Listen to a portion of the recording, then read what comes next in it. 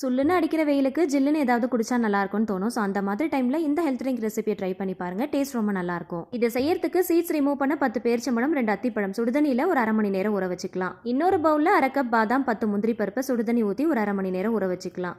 2 tablespoon சப்ஜா சீட்ஸ்ல normal water ஊற்றி ஒரு 10 நிமிஷத்துக்கு ஊற வச்சுக்கலாம். சுடுதண்ணியில் ஊற வச்சிருந்ததுனால பாதாம்ல இருக்கிற தோலை உரிக்கிறது ஈஸியாக தான் இருக்கும். ஊற வச்ச எல்லாத்தையுமே மிக்ஸி ஜார்ல சேர்த்து நல்லா ஸ்மூத்தான பேஸ்டா அரைச்சிக்கோங்க. 1/4 கப் காய்ச்சி ஆற வச்ச பால்ல ஒரு டேபிள் ஸ்பூன் கஸ்டர்ட் பவுடர் சேர்த்து நல்லா மிக்ஸ் பண்ணி வச்சுக்கோங்க. கனமான பாத்திரத்துல பால் ஊற்றி சூடாகி வரும்போது நம்ம ரெடி பண்ணி வச்சிருக்கிற எல்லாத்தையுமே 1 by 1 சேர்த்துட்டு கூடவே கண்டென்ஸ் மில்க் ஆட் பண்ணிக்கோங்க. நல்ல ஒரு ரிச் அண்ட் கிரீமியான டேஸ்ட் கிடைக்கும். விஸ்க் யூஸ் பண்ணி கண்டினியூஸா ஒரு 10 மினிட்ஸ் சிம் டு மீடியம் ஃப்ளேம்ல மிக்ஸ் பண்ணுங்க. நல்லா கொஞ்சம் திக்காகி வரும்போது ஸ்டவ் ஆஃப் பண்ணிட்டு ஆற வச்சு ஒரு ஜாருக்கு மாத்திக்கலாம். ஊற வச்ச பாதாம் பிசன் சப்ஜா சீட்ஸ்ல இருந்து 2 டேபிள் ஸ்பூன் அளவுக்கு சேர்த்து நல்லா மிக்ஸ் பண்ணிட்டு 2 மணி நேரம் ரெஃப்ரிஜரேட் பண்ணிட்டு சில்லுன்னு சர்வ் பண்ணுங்க. டேஸ்ட் ரொம்ப நல்லா இருக்கும். ஃபைனலா துருவன பாதாம் பிஸ்தா சேர்த்துட்டு சர்வ் பண்ணுங்க. குடிக்கும் போது நல்லா கிரன்ச்சியா இருக்கும். சுல்லுன்னு அடிக்கிற வெயிலுக்கு சூப்பரா இருக்கும். ரெசிபியை சேவ் அண்ட் ஷேர் பண்ணுங்க. பேஜை ஃபாலோ பண்ணிக்கோங்க. Happy cooking.